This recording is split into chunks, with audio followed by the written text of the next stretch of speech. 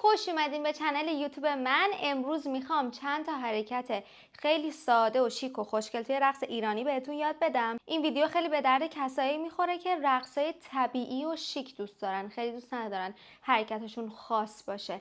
بریم که با هم شروع کنیم. این حرکت شونه رو قبلا با هم کار کردیم. شونه رو به سمت جلو و عقب میدم، میگم 1 2 3 4 5 6 7 8. همزمان باهاش پاهام هم در جا میره، میشه 1 2 3 4 5 6 7 8. این ریتمی که من به بدنم میدم باعث میشه که بدنم حالت غیری بگیره و از اون حالت خشک در بیاد، ولی در عین حال خیلی حرکت خاصی هم نکردم. مثلا نمیدونم مثل این حرکت های این مدلیه توی رقص مثلا خیلی خاص نیست، در عین حال که ساده است ولی خب من داره بدنم میرقصه. پس میشه شونه شونه شونه شونه، راست چپ راست چپ. حالا با این میخوام قدم بردارم به سمت راست، میگم 1 2 3 4.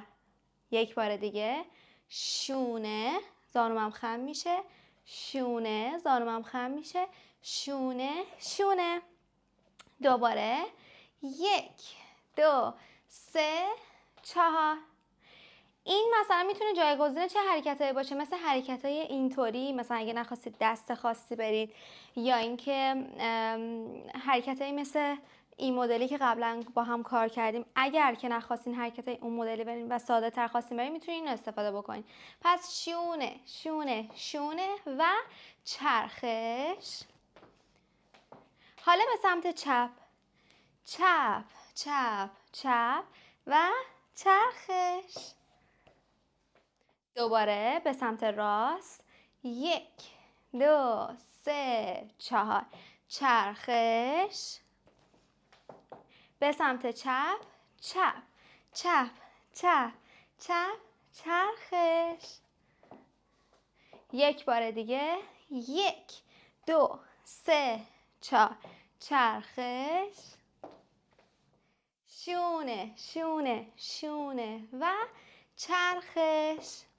خب حرکت بعدی که میخوایم با هم کار کنیم حرکت مثلثه، ولی این بار میخوام مثلث رو با یه وریشن جدید برم. اون حرکتی که قبلا اگر ویدیوهای اینطوری رو دیدین نمیخوام با این وریشن برم. اول پای مثلث رو توضیح میدم و یه وریشن ساده و شیکتر میخوام بهش بدیم که میگم خیلی طبیعی باشه رقصه. خب حرکت مثلث اول چی بود؟ برای کسایی که اصلا از حرکت مثلث نمیدونن، یه مثلث رو روی زمین در نظر میگیرم و میگم راست جفت چپ جفت عقب جفت. روی این مثلث میچرخم. پس روی این مثلث قدم برمیدارم. پس میگم راست جفت چپ جفت عقب جفت. تکرار 1 و 2 و عقب جفت. اوکی. حالا برای اینکه روون تر باشه وقتی میگم راست جفت چپ جفت عقب عقب عقب قدم برمیدارم. راست و چپ و عقب عقب عقب. برو راست و چپ و عقب عقب عقب. برو راست و چپ و عقب عقب عقب. خب حالا این وریشن مثلث، اصل مثلث به این شکل دستش، ولی یه موقع هست میگی نه من نمیخوام توی مهمونی اینطوری حرکت اینطوری برم، میخوام خیلی طبیعی تر برقصم، یه جوری که انگار رقص طبیعی خودته، انگار از جایی اضافه نشده. بعضی از این رقصا دوست دارن. میتونی چی کار بکنی؟ میتونی بگی راست بالا چپ بالا عقب عقب عقب. دست راستمو میارم بالا برمیگردونم، دست چپمو میارم بالا برمیگردونم و بعد راست چپ راست چپ، یعنی یکی یکی به سمت بالا میبرم. پس ببین دست راست بالا برمیگرده، چپ بالا برمیگرده و بعد عقب عقب عقب.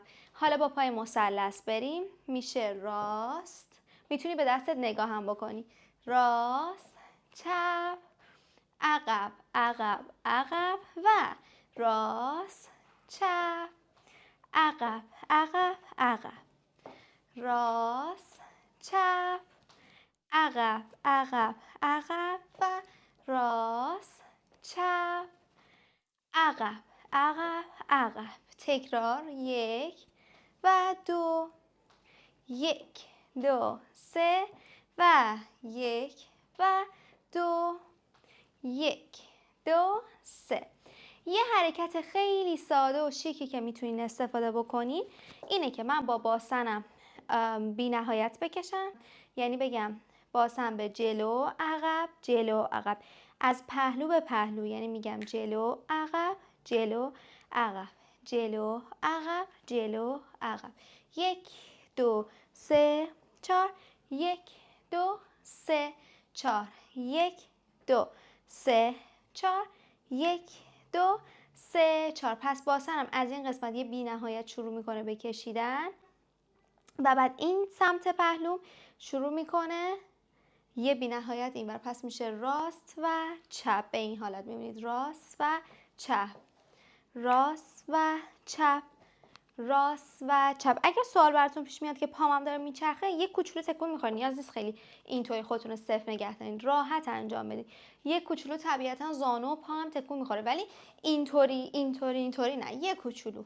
1 2 3 4 5 6 7 8 1 2. هر حرکتی که دوست دارید میتونید با دستتون برید. 2 3 4 5 6 7 8. حالا اگر بخواید یه حرکت ساده دستم به همین اضافه کنید، میتونید دستتون رو بگید مثلا به دامنتون، چون اکثرتون مهمونی مثلا دامن یا پیرهن تنتونه، بعد میتونید با یکی از دستاتون شروع کنید به چرخش. 1 و 2 و 3 و 4. حالا هماهنگ دست و پا. 1 و 2 و 3 و 4. 1 و 2 و 3 و 4. 1 و 2 و 3 و 4.